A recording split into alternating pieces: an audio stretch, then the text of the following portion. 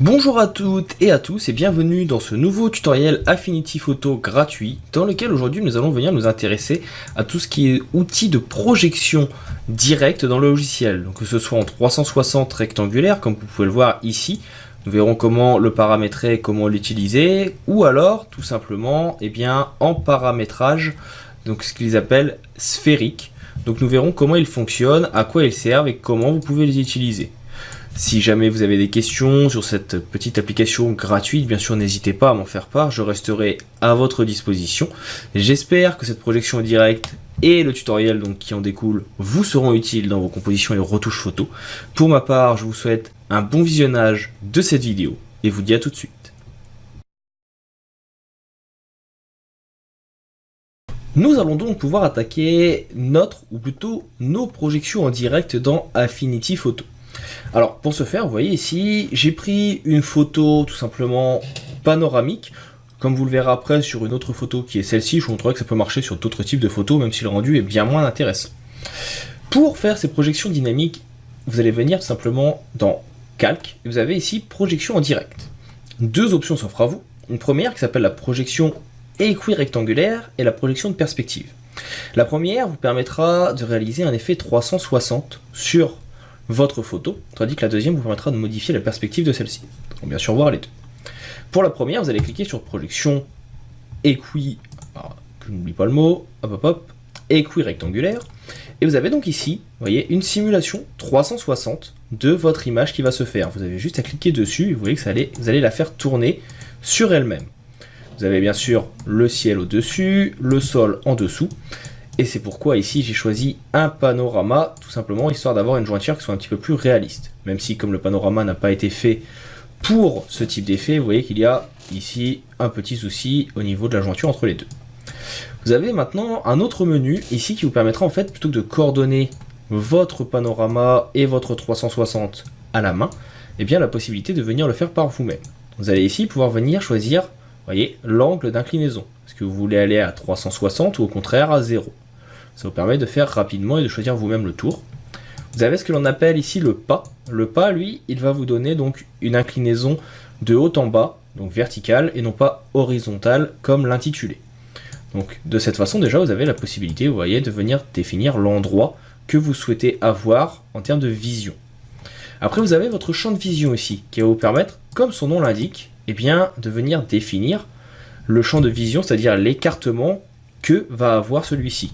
Est-ce que vous voulez quelque chose de très resserré, par exemple pour zoomer sur un détail, ou est-ce que, par exemple ici, vous voyez, hop, je veux revenir donc zoomer juste sur cet endroit, ça me permet de venir le faire et de resserrer. Ou à l'inverse, est-ce que vous voulez quelque chose de plus éloigné, une vision d'ensemble à 90 degrés.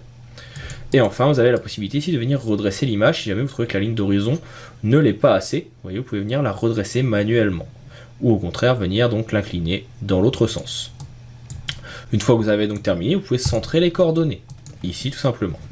Vous appuyez ensuite sur un nouvel outil ou sur Entrée, et vous avez donc terminé, et vous avez donc placé votre image comme vous le souhaitez. Votre projection est donc faite, vous pouvez maintenant venir travailler sur celle-ci. Vous souhaitez changer l'image, redéfinir celle-ci, vous double-cliquez normalement dessus, donc avec mon outil, je double-clique, et cela me permet donc de venir remodifier tout simplement ma projection. Bien sûr, si jamais vous revenez avec l'outil, vous sélectionnez votre image, vous pouvez venir également cliquer sur modifier la perception, plutôt la projection en direct à cet endroit, afficher le centre de rotation, donc comme ceci, ça vous permet de voir où il est, etc. etc. Vous pouvez également revenir dans Calque, projection en direct, et vous pouvez supprimer votre projection pour revenir au début, ou bien venir la modifier comme nous venons de le faire. Ça va être plus ou moins long. Et une fois que c'est fait, vous voyez, vous pouvez venir donc rechercher autre chose. Sur ce type d'élément, ce qui peut être rigolo également à mettre en place, alors je vais venir effacer ma projection en direct, je la supprime. On va revenir dans notre photo donc de base, de cette façon. Encore une fois, suivant votre ordinateur, ça peut être plus ou moins long. Alors là, du coup, il a gardé en mémoire les différentes projections que nous avons fait en déformant l'image, donc je vous invite à revenir au tout début de celle-ci. Et ce que vous pouvez faire, c'est venir faire un CTRL-ALT-C. Ça va vous permettre de redimensionner ce qu'ils appellent le canevas, donc votre plan de travail. Ici, on va se mettre sur centré, c'est-à-dire que ça va augmenter la taille de notre image en haut et en bas. Et on va demander à ce que la largeur, donc qui est ici de 16 000, ce qui est un grand format, soit égale à la hauteur. De cette façon, comme vous allez le voir, on va avoir notre image qui va être centrée, du blanc au-dessus et en dessous, ou plutôt du transparent, mais ce n'est pas grave. Et cette fois encore, je vais venir donc faire calque, projection en direct, et projection équirectangulaire. Et le logiciel va donc calculer cette projection. Et cette fois, comme on va avoir une image un petit peu plus grande, eh bien vous voyez que vous allez pouvoir avoir non pas une sphère parfaite, mais quelque chose sur lequel vous allez pouvoir venir tourner sur vous-même, avec bien sûr la possibilité de zoomer sur le dessus et sur le dessous, et surtout de faire un vrai panorama à 360, avec toujours la possibilité, eh bien, par exemple, de venir zoomer sur certains endroits, comme vous l'avez fait tout à l'heure. Bien sûr, cela va zoomer plus sur les détails, avec la possibilité également de reculer énormément pour avoir l'impression que votre cylindre est un petit peu plus grand, etc., etc. Une fois que vous avez fini, vous appuyez sur échappe ou sur entrée, suivant ce que vous voulez. Si vous appuyez sur entrée, vous allez bien sûr valider. Sur échappe, vous allez échapper votre projection, tout simplement. Là, je reviens en arrière et on va maintenant voir donc ce qu'est la projection ici, de perspective. Je clique, je vais passer en mode projection de perspective. Vous voyez que ça m'ouvre un quadrillage. Et en fait, ce quadrillage, vous allez simplement pouvoir venir le déplacer dans un premier temps ici pour venir modifier par exemple votre perspective. Une fois que c'est fait, vous allez appuyer sur entrée. Donc, vous allez dire par exemple que vous voulez que la perspective soit comme ceci. Je clique sur entrée pour valider et ma perspective a été changée. Alors pour le cas présent, c'est très discret, mais par exemple si vous voulez faire quelque chose un petit peu plus grand pour vous montrer à quoi cela va ressembler, je reviens en arrière, je prends mon calque, projection de la perspective, on laisse bien sûr charger le logiciel, on est sur une très grande image, et on va dire que la perspective doit être comme ceci, donc que la ligne d'horizon doit partir dans cette direction. Si je clique sur entrée, le logiciel va donc charger, et vous voyez que ma perspective a été transformée. De la même façon, ce qui peut être intéressant, c'est par exemple avoir une perspective à plusieurs plans. Si vous faites un dessin à plat et vous voulez par exemple la présenter dans plusieurs directions, ou pour avoir un cube et vraiment avoir la perspective de celui-ci, je viens faire ici projection en direct, comme ceci. Je vais avoir mes deux éléments, donc bien sûr je les déplace comme il faut. Donc on va dire par exemple qu'il faut qu'il y ait ce plan dans cette direction. Voilà. Et en même temps, vous pouvez venir rajouter un autre plan par-dessus l'autre, qui va donc modifier encore plus la perspective de votre photo. Alors, bien sûr, ça peut être plus intéressant vraiment pour modifier des perspectives spéciales. Là, je vais un petit peu dans tous les sens, c'est juste pour vous présenter la puissance de l'outil. Après, c'est à vous de voir suivant vos besoins et vos envies. Là, vous voyez, la perspective va être changée suivant ce que vous aurez défini. Donc voilà pour ce petit outil de projection en direct, donc que ce soit en 360 ou pour de la perspective. Par exemple ici, donc on va terminer. On va voir ce que ça peut faire sur une image carrée. Je projette en direct, projection perspective. Je fais un petit contrôle moins pour reculer.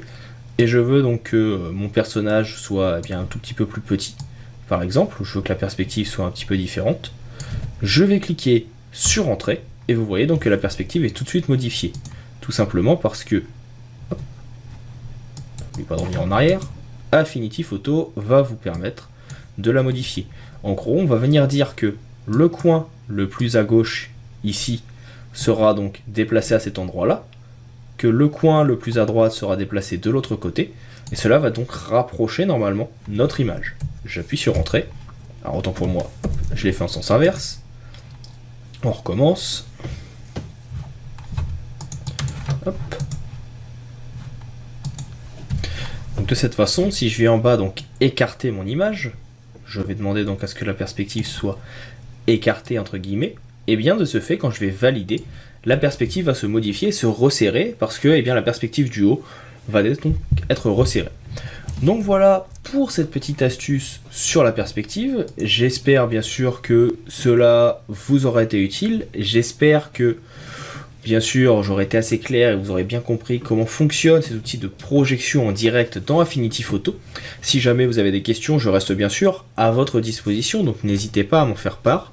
Et pour ma part, il ne me reste plus qu'à vous dire à bientôt pour d'autres astuces liées à la photographie ou au monde du graphisme. Vous souhaitez aller plus loin dans la découverte de l'univers du graphisme, vous voulez devenir un expert dans l'utilisation de Photoshop, vous en avez assez des petits bouts de ficelle et des trucs et astuces glanés sur YouTube à travers des formations beaucoup trop rapides et répétitifs, je vous invite donc à vous inscrire à la newsletter de mon site oliviercracus.com spécialisé dans le tutoriel, l'inspiration et le graphisme que vous recevrez à chaque nouvelle formation qui sera mise en ligne sur la plateforme tuto.com et sur la chaîne YouTube. Cette newsletter vous fera profiter également de codes promotionnels vous permettant d'obtenir les formations à prix réduit. L'inscription à la newsletter vous offrira également un code promotionnel de moins 15% pour pouvoir bénéficier de la formation de 25 heures Adobe Photoshop CC 2017 de A à Z. Pour vous inscrire, c'est très simple, il vous suffit donc de cliquer sur le lien présent dans la description qui vous renverra vers le formulaire d'inscription sur le site oliviercracus.com ou tout simplement de cliquer sur le lien qui s'affiche actuellement sur votre vidéo.